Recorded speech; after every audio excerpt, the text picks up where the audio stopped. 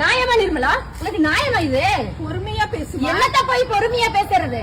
கையில காசு இல்ல, தொழில் எப்படி பண்றது? தங்கச்சங்கிலி கொண்டு போய் பேங்க்ல வச்சா சரி, கொண்டு போய் வட்டி கட்டிட்டு வரலான்னு போடாம அசல கொண்டு வந்து கூட நகையை திருப்பி வைன்னு சொல்றான். நான் அந்த அளவுக்கு இருந்தா நானும் இருக்கு. உங்க அப்பா கூட கொண்டு வந்து காசு கொடுக்க போறாங்க. கூலி வேலை செஞ்சு பாத்தீங்கன்னா அந்த கஷ்டம் எல்லாம் தெரியும். அடுக்குமா நிர்மலா இது? அடுக்குமா நிர்மலா இது? என்னமா ஆச்சு? நைட்டு மகளமா தையல் மிதிச்சிருக்கிறியா நீ? அம்மா நான் ஒரு பொருளாதார மேகமா. நல்ல மேக போ நீ.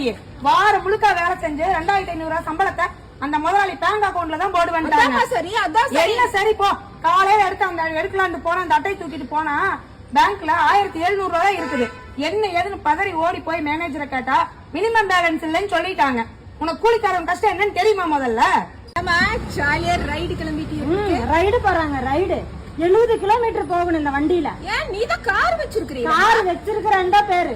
கார் வாங்கினத டியூவை கட்டுவனா, பெட்ரோல் போடுவனா, டோல்கேட்ல அடிக்கிறீங்களா ஒரு கொள்ளை, அதுக்கு பணம் கட்டுவனா? உங்க அப்பா வீட்டுல இருந்து அதெல்லாம் குடுக்குறீங்க. இந்த கொடுமைய பாத்தீங்களா? ஐயோ அடுத்து இவளா? சொல்லுமா என்னம்மா?